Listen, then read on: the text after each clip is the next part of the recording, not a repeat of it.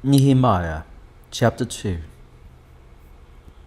In the month of Nisan, in the 20th year of King Artaxerxes, when wine was brought for him, I took the wine and gave it to the king.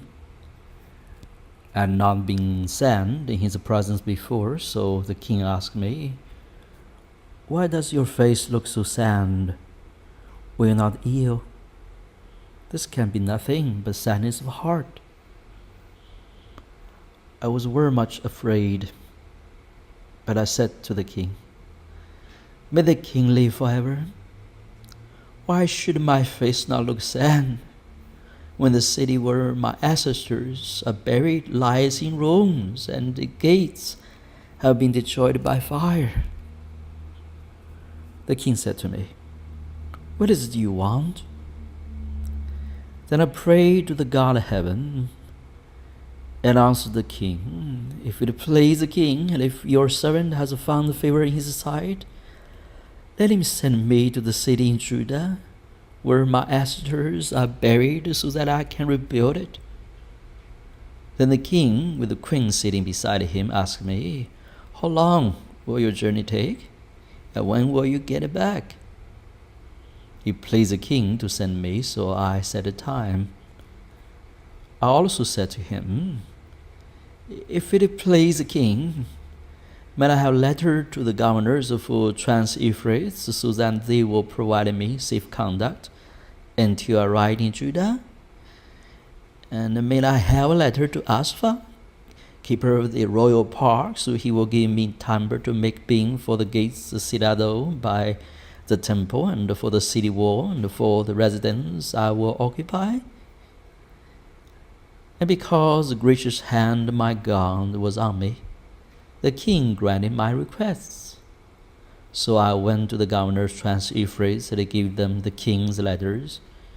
The king had also sent army officers and cavalry with me.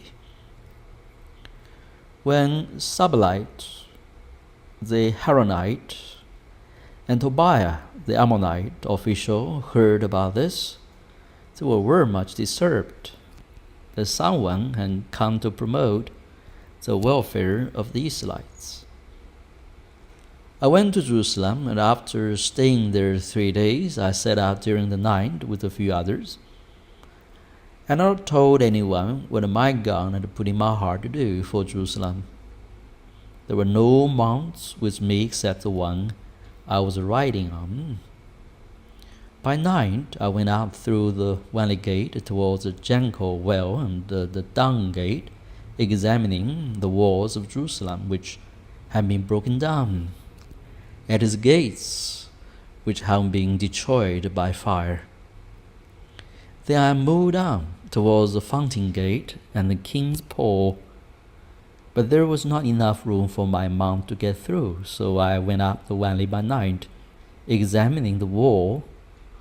Finally, I turned back and re-entered through the valley gate.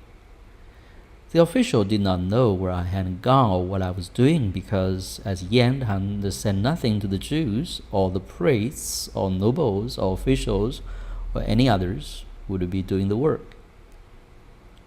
Then I said to them, "You see the trouble we are in.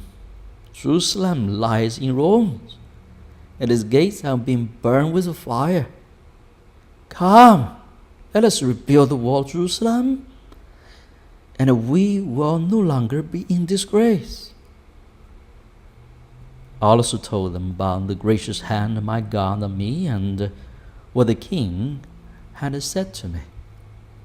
They replied, "Let us start rebuilding." So they began this good work.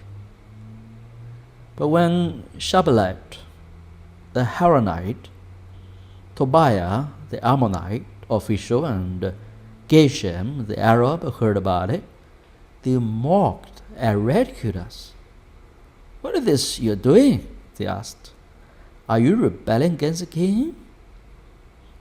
I answered them by saying, "The God of heaven will give us success. We, his servants, will start rebuilding.